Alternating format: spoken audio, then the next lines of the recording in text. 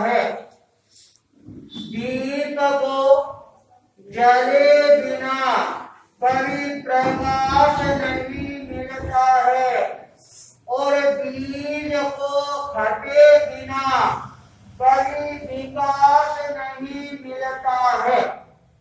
आदमी जब खत कर सब कुछ बनाता है, किसी को बना बनाया इतिहास नहीं मिलता है, किसी को बना बनाया इतिहास नहीं मिलता है।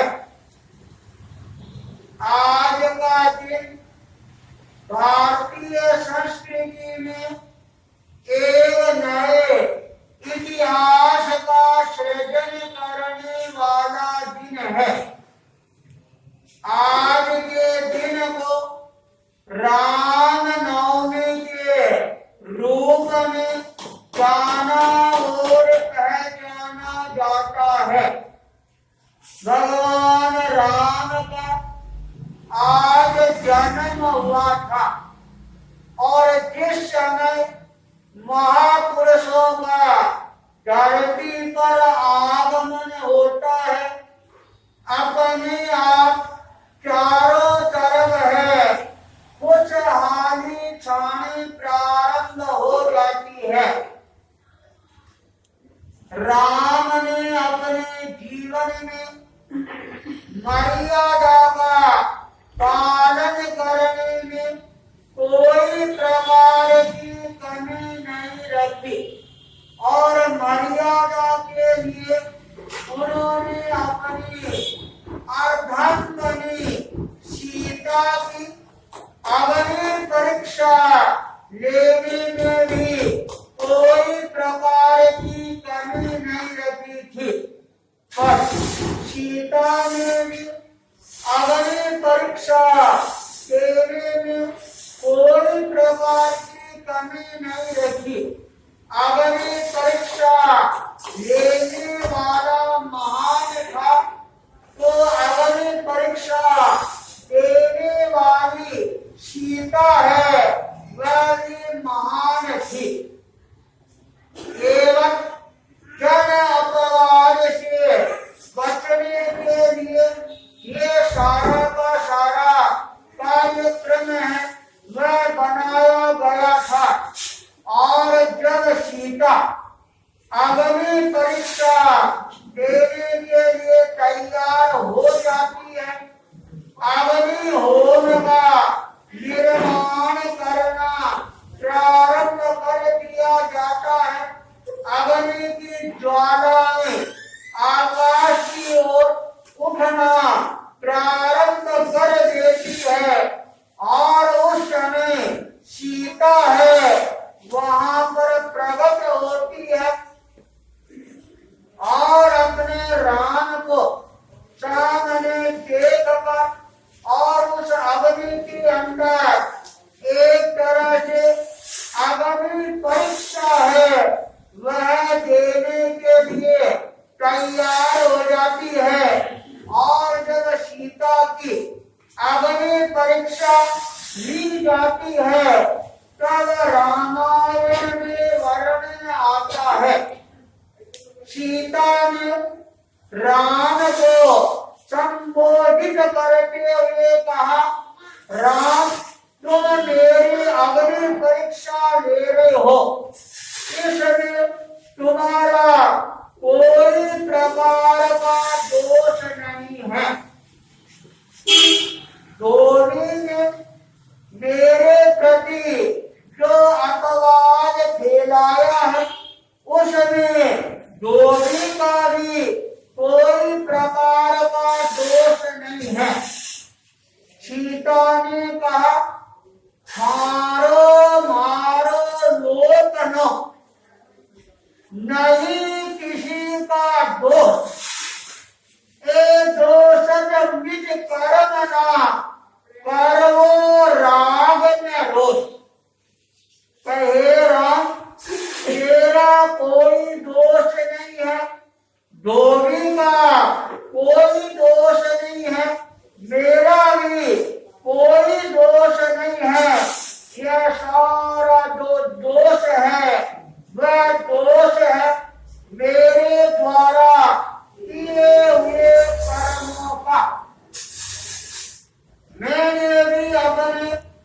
पिछले जन्मों के अंदर किसी को आग के अंदर जलाया होगा, आग के अंदर होमा होगा, मैंने किसी के ऊपर कलंक का काला टीका है वह लगाया होगा, तो आज वो कारण है वो मेरे उदय में आ रहे हैं। इसलिए मैं अपने मन को बिल्कुल शांत बनाकर अगली परीक्षा दे रही हूँ और आप भी अपने मन को पूर्णतया शांत बनाए रखें। जनता भी अपने मन में कोई प्रकार का विचार नहीं करे और देखते देखते सीता है अपने कुंड में छलांग लगा देती है। आग की लपटें कितनी ही विशाल क्यों न हो, आग की लपटें कितनी ही विशाल क्यों न हो, सहिष्णुता की सीता जब उन्हें छूती है जल धार बहा देती है। और जो अग्नि के अंदर सीता है वह कूदती है और देखते देखते एक मिनट में सारी जो अग्नि है वह बिल्कुल शांत बन जाती है, एकदम शीतल बन जाती है और बर्फ की तरह ठंडी बन जाती है और लोगों को सीता के शील के प्रति और ज्यादा श्रद्धा है वह जगनी प्रारंभ हो जाती है। तो राम है मर्यादा पुरुषोत्तम कहलाते थे और जो व्यक्ति अपने जीवन में मर्यादा का पालन करना सीख लेता है और वह व्यक्ति सारे संसार के अंदर मर्यादा पुरुषोत्तम के रूप में अपनी प्रतिष्ठा को प्रतिष्ठित करने वाले बन जाते हैं। इसलिए आज के दिवस को राम नवमी का दिवस कहा जाता है और साथ में नवरात्रि अनुष्ठान करने वाले साधकों के लिए भी आज का दिवस है वह एक तरह से साधना परिसंपन्न करने का दिवस है। इस बार नवरात्रि की साधना करने वाले एक सिद्ध पुरुष है हमारे सामने आए मुनि धर्मचंदी पीयूष आचार्य तुलसी के चरणों में जिन्होंने अपने जीवन को समर्पित किया। तीन भाई मगनमल जी प्रमोद, फतेहचंद जी पंकज और धर्मचंद जी पीयूष छाजेड़ परिवार गंगा शहर का परिवार।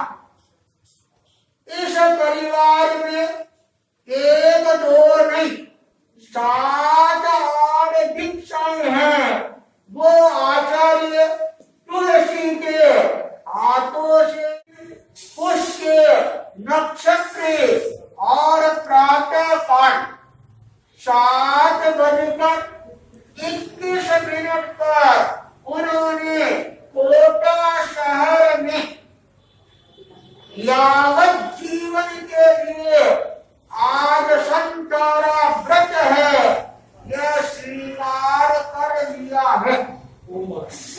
यदि अपने आप के अंदर एक बड़ी साधना है, आराधना है। आचार्य भिक्षु, आचार्य तुलसी और राम, ये उनके जीवन के 3 महान आदर्श थे। राम भक्त थे, भिक्षु भक्त थे और तुलसी भक्त थे। और आज उन्होंने राम नवमी के दिन आचार्य भिक्षु परिनिष्क्रमण के दिन उन्होंने सच्ची श्रद्धांजलि है वह हमारे सामने प्रस्तुत की है। आचार्य भिक्षु ने भी अपने जीवन में प्रारंभ क्रांति की उद्घोषणा है वह आज राम नवमी के दिन थी। आचार्य भिक्षु के जीवन में प्रारंभ क्रांति की ज्योति जलाने वाले राजनगर के श्रावक लोग थे। बच्चराजी ओसवाल और चतुरोजी पोरवाल, ये दोनों व्यक्ति तत्व ज्ञान के बड़े आदर्श पुरुष थे। उन्होंने आगमों का अध्ययन करना प्रारंभ किया और उन्होंने देखा आज हमारा संत समाज है आगम के बताए हुए पथ पर आगे नहीं बढ़ रही है। साधना का लवलेश है वह उनके जीवन में नहीं। केवल ऐसा आराम करना, खाना पीना और आराम से सो जाना, इनके अलावा उनके जीवन में कुछ भी नहीं है। और केवल खाना पीना आदमी करेगा तो उसको नींद के अलावा कुछ भी नहीं आएगी। क्योंकि खाना पीना करेगा, स्वाध्याय नहीं करेगा, ध्यान नहीं करेगा, जाप नहीं करेगा, अनुष्ठान नहीं करेगा तो नींद नहीं आएगी तो क्या आएगी। उन्होंने देखा सारे सत्य हैं, केवल उन्होंने वेद धारण कर रखा है पर उनके जीवन में साधना नहीं। हमारा मस्तक है वह उनके चरणों में झुकता है तो क्या हमारा मस्तक है उनके चरणों में झुकना चाहिए। अपने आप भीतर से आवाज आती है और उन्होंने उसी समय साधु समाज को बंधन व्यवहार है ये करना बंद कर दिया। जब यह बात आचार्य रघुनाथ जी के कानों में पहुंचती है, मारवाड़ में सोजत में विराज रहे थे, वृद्ध अवस्था थी। उन्होंने सोचा ये क्या हो गया। राजनगर के श्रावक लोगों ने वंदना व्यवहार बंद कर दिया पर ऐसा नहीं हो। केरला के लोग बंद करेंगे, आमेर के लोग बंद करके फिर हमारा क्या होगा। मेवाड़ है ये पहाड़ियों से घिरा हुआ है, पेड़ों से उन पहाड़ियों पर चढ़ना ये भी बड़ा कठिन काम है तो क्या किया जाए। उन्होंने अपनी नजर दौड़ा और मुनि भिक्षु के ऊपर उनकी नजर स्थिर होती है। 5 संतों के साथ उनको राजनगर श्रावकों को समझाने के लिए भेजा गया। जब वो राजनगर राजनगर पहुंचती हैं और राजनगर के श्रावकों को पता लगा मुनि भिक्षु है वो अपने यहाँ आ रही। मुनि भिक्षु के प्रति उनके मन में श्रद्धा थी, भक्ति थी, समर्पण था और जो ही वो राजनगर प्रवेश करती बच्चराजी ओसवाल चतुरोजी पोरवाल ने सारे श्रावक समाज को इकट्ठा कर लिया और कहा देखो बीकानेर जी आ रही है, अपने को सामने नहीं जाना है, उनको हाथ नहीं जोड़ना है, वंदना नहीं करनी है और गोत्री के लिए भी भावना नहीं बानी है। बाजार में सारा श्रावक समाज है वह इकट्ठा हो जाता है। आचार्य भिक्षु आती है, सारा श्रावक समाज हाथ है वो बंधे हुए हैं, कोई भी हाथ नहीं जोड़ रहा। आचार्य भिक्षु देखते रहे, अरे राजनगर के श्रावक बड़े विनीत कहलाते थे और आज ये क्या हो गया। आचार्य भिक्षु ने कहा संतों ठहरने के लिए क्या किया जाए। संतों ने कहा गुरुदेव यहाँ तो कोई हाथ जोड़ने के लिए तैयार नहीं। आचार्य भिक्षु ने कहा कोई बात नहीं। आचार्य भिक्षु ने कहा श्रावकों ठहरने के लिए जगह है क्या, आज्ञा दो। श्रावकों ने कहा कोई सी आज्ञा, ये दुकान पड़ी है, रुकना हो तो रुक जाओ। रुका शब्द सुनती है फिर आचार्य भिक्षु ठहर जाती है, सारे लोग चले जाती है। आचार्य भिक्षु ने कहा संतों जाओ गोत्री पानी लेकर आओ। गोत्री के लिए संत जाती है, श्रावक बैठी है, न कोई खड़ा हो रहा है, न हाथ जोड़ रहा है, न भावना मारा। संतों ने कहा श्रावकों ये घर गिरती है, घर गिर के क्या पत्थर है, चूना है, मिट्टी है, उनके घर। ये उत्तर सुनकर संत चौंक जाती, घरों में जाती है और पूछते हैं बहनों सोचती हो क्या। उन्होंने कहा क्या सोचता और क्या असोचता, रोटी बनी हुई है, पेट में भूख लगी हो तो रोटी ले लो।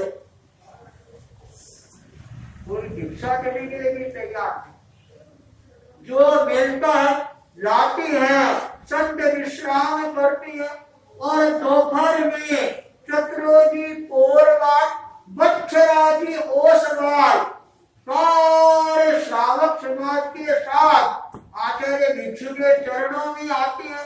कोई वंदना नहीं करता है, सारे हाथ बांध कर बैठ जाते।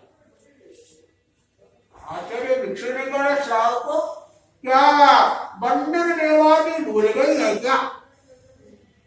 चतुरोजी पोरवाल ने कहा महाराज आप भी साधु पना पालना भूल गई है क्या। क्या बात सुनते। आचार्य भिक्षु ने कहा क्यों, तो क्यों क्या, देख लो आज आप सारे साधु है, सारे सुख चेरिए बन गए, केवल खाते रहती हैं, पीते रहती हैं, घूमते रहती हैं और सोते रहती हैं। न कोई ज्ञान है, न कोई ध्यान है, न कोई जाप है और न कोई प्रतिक्रमण है और अनेकों को तो प्रतिक्रमण भी याद नहीं है, क्या हमारा मस्तक है। आचार्य भिक्षु समझ गए इनके भीतर में पितरों की आग है, ये आग भभक करे। मुनि भिक्षु ने अपने पीठों पावर का प्रयोग करते हुए कहा अरे श्रावकों तुम अपने आप को ज्ञानी मानते हो क्या। देखो गुरु के प्रति कोई प्रकार की अनास्था के भाव है ये नहीं रखने चाहिए। आस्था है वही हमारे जीवन का कल्याण करने वाली है, इसलिए आस्था को जागृत रखना चाहिए। सबने कहा हमारे मन में विश्वास तो नहीं है पर आपके प्रति श्रद्धा है, इसलिए मन उनके चरणों में झुकती। आचार्य भिक्षु ने सबको अपने चरणों में झुका दिया। पर रात्रि के समय जब वो सो रहे थे, अचानक आधी रात को उनका सारा शरीर है ये कांपने लग जाता है, जूझने लग जाता है। सारा शरीर भट्टी की तरह जलना प्रारंभ हो जाता है। आचार्य भिक्षु क्या बात है, न कोई बरसात है, न कोई हवा चल रही है और न कोई मलेरिया का प्रकोप है, फिर ये घटनाएं क्यों घट रही है? अचानक अंतर्दृष्टि का जागरण होता है और सोचती है श्रावक लोग सत्य है, उनको मैंने असत्य ठहराया और हम लोग असत्य हैं, गुरु के मुंह में गुरु को सत्य ठहराया। इस समय यदि मेरी मौत आ जाए, मैं नरक में जाऊंगा तो क्या मेरे गुरु हैं वो मेरे को बचाने के लिए आएंगे? यदि श्रावक लोग सत्य है तो ये बुखार इसी समय उतर जाए और सत्य का मैं प्रकटीकरण करूंगा प्रातः काल। संकल्प करते सारी बुखार है वह समाप्त हो जाती है। प्रातः काल श्रावक लोग आते हैं और आचार्य भिक्षु ने कहा श्रावक तुम सत्य हो, सही हो और हम ही गलत। यह बात सुनते सारा श्रावक समाज बाग बाग हो जाता और बाजा आपसे यही हमारे को आशा थी। आचार्य भिक्षु ने कहा देखो 5 महीने का चातुर्मास है, जल्दबाजी नहीं करना, हम आगम पढ़ेंगे जो सत्य होगा गुरु के सामने रखेंगे, गुरु को उस पथ पर चलने के लिए निवेदन करेंगे। यदि वो उस पथ पर चलती है तो वो हमारे गुरु हैं और उनके शिष्य हैं। यदि नहीं चलेंगे फिर अपन अलग सोचेंगे। 5 महीनों में 32 आगमों को 2 बार पढ़ा गया और जो सार है वह निकाला गया। ताली में आचार्य रघुनाथ जी के सामने वह सार प्रस्तुत किया गया। आचार्य भिक्षु को कहा अरे क्या रामनगर के श्रावकों को समझा दिया? साथ में एक संत के वीर भांजी और का मुझे समझा दिया। क्या समझाया? श्रावक लोग सच्चे और हम लोग झूठे, यह समझा। यह सुनते आचार्य रघुनाथ जी का पारा चढ़ जाता। मुनि भिक्षु की ओर वो देखती नहीं है। तब आचार्य भिक्षु ने कहा मुझे क्या बात है, मेरे से कोई गलती हो गई हो, अरे आसात्मा हो गई हो तो आप मेरे को क्षमा करो। आचार्य रघुनाथ जी ने कहा श्रावकों को सच्चा बताया और मेरे को झूठा बताया, ऐसी प्रवृत्ति तुमने किया। अब बोले मेरी कोई गलती होगी तो आप प्रायश्चित दो और जो मक्खन है इसको आप स्वीकार करो, सत्य को स्वीकार करो। आचार्य भिक्षु और आचार्य रघुनाथ जी के 2 वर्षों तक चर्चा चलती रहती है। आचार्य रघुनाथ का विद्वान जो तू बात कह रहा है वह बिल्कुल सत्य, पर ये पांचवा आ रहा है। जितना साधुपन पड़ जाए उतना अच्छा। आचार्य भिक्षु ने कहा, गुरुदेव मैं इस बात को स्वीकार नहीं कर सकता। मिश्री है बहनों, मिश्री है, चौथे आरे में खाओगे तो भी मीठी लगेगी और आज खाओगे तो भी मीठी लगेगी। ये बहाना मैं नहीं सुन सकता। आप सत्य को स्वीकार करवाएं। पर आचार्य रघुनाथ की है, स्वीकार करने के लिए तैयार नहीं होती है। तो आचार्य भिक्षु ने बगड़ी शहर में आज के दिन विजय मुहूर्त में धर्म क्रांति है। क्या धर्म क्रांति की थी? राम नवमी के दिन एक साथ में 5 संत हैं, वो अपने गुरु से अलग होकर भारत छोड़कर निकल जाते। आचार्य रघुनाथ ने सारे साधक समाज को बुलाया और कहा, देखो ये हो गया। उस समय एक साधक ने कहा, मुझे आपको घबराने की जरूरत नहीं, ये एक ही व्यवस्था करूंगा, भीतर की अपने आप आपके चरणों में आ जाएंगे। तत्काल बगड़ी शहर में उन घोषणा करवा दी, भीतर जी को कोई ठहरने के लिए जगह नहीं दे, आहार पानी नहीं दे, कोई जगह दे दी उसको समाज से बाहर कर दिया जाएगा और 21 रुपया जुर्माना लगाया जाएगा। आचार्य भिक्षु बगड़ी के बाजार में आते हैं, कोई भी व्यक्ति उनको जगह देने के लिए तैयार नहीं होता, आहार पानी देने के लिए तैयार नहीं होता। आचार्य भिक्षु का ससुराल है वो भी बगड़ी में है। ससुराल के बाहर जाकर खड़े होती है, सारे ससुराल वाले देख रहे, पर अपने दामाद को रहने के लिए नहीं करते। आचार्य भिक्षु का ननिहाल बगड़ी में था, ननिहाल में जाकर खड़े होती है, सारे देख रहे हैं, पर कोई भी उनको अपने घर में रहने के लिए नहीं करते। सारा दिन निकल गया, न अन्न मिला और न जल मिला।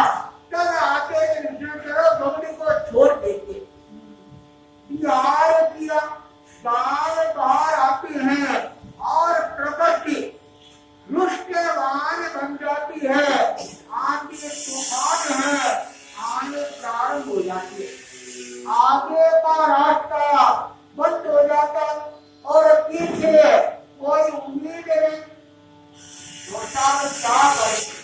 एक तरफ कुआं है और एक तरफ खाई। तत्काल उनकी नजर सामने शमशान भूमि पर जाती है। वहां पर राम